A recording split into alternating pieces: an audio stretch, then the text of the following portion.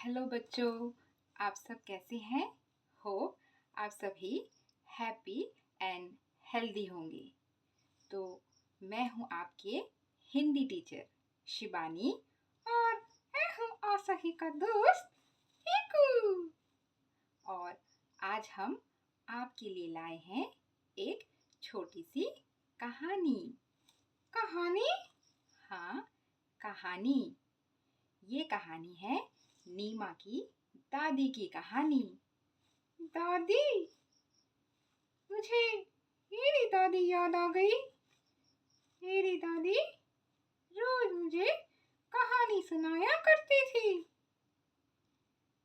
तो चलो देखते हैं नीमा की दादी नीमा के लिए क्या क्या करती है, उसे कहानियां सुनाती है या नहीं, देखते हैं।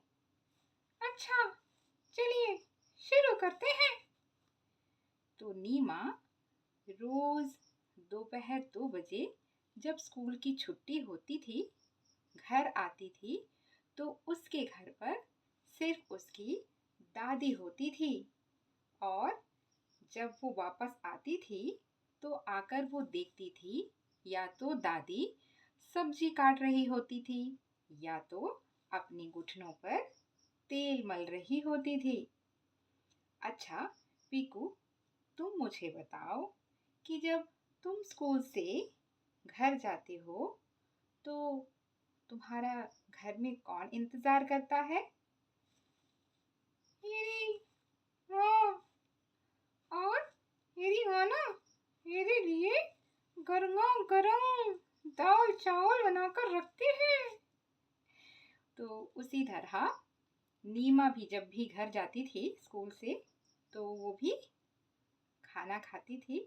और खाना खाते खाते वो अपनी दादी को सारे दिन में जो भी बातें हुई वो सारी बातें अपनी दादी को बताती थी।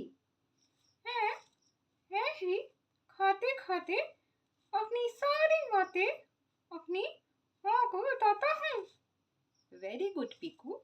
बच्चों, हमें जो है अपनी दिन की सारी बातें अपनी मम्मी को, पापा को या अपनी दादी किसी ना किसी से ज़रूर शेयर करनी चाहिए।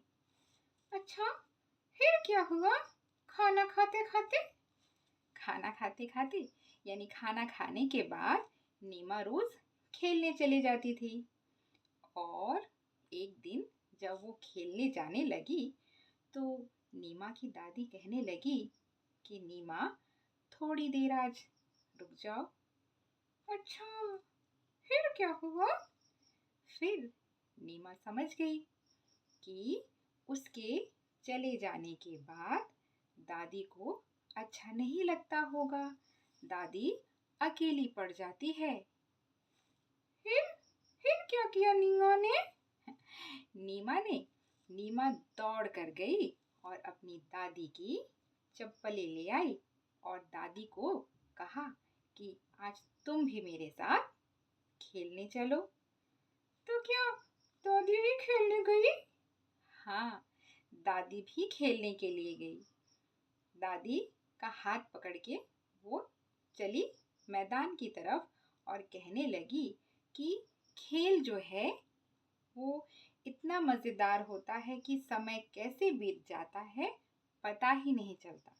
नीमा अपनी दादी से कहती है कि दादी पता है मैं 5 बजे खेलने के लिए जाती हूँ लेकिन 10 मिनट में ही 6 बज जाते हैं।